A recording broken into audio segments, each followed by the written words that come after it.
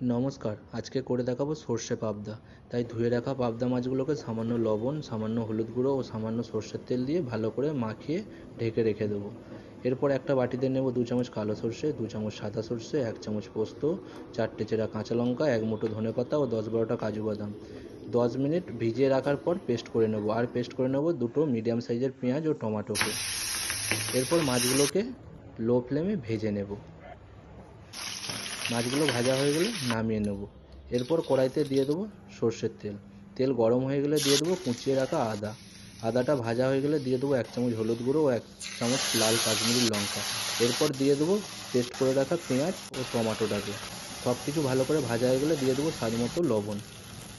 মশলা কষা হয়ে গেলে দিয়ে দেবো সর্ষে পেস্টটা ভালো করে ভাজা হয়ে গেলে দিয়ে দেবো গরম জল। সব কিছু ভালো করে ফুটে গেলে দিয়ে দেবো ভেজে রাখা মাছ, চেরা কাঁচা লঙ্কা ও 1 মুঠো ধনেপাতা। ভালো করে ফুটিয়ে নামিয়ে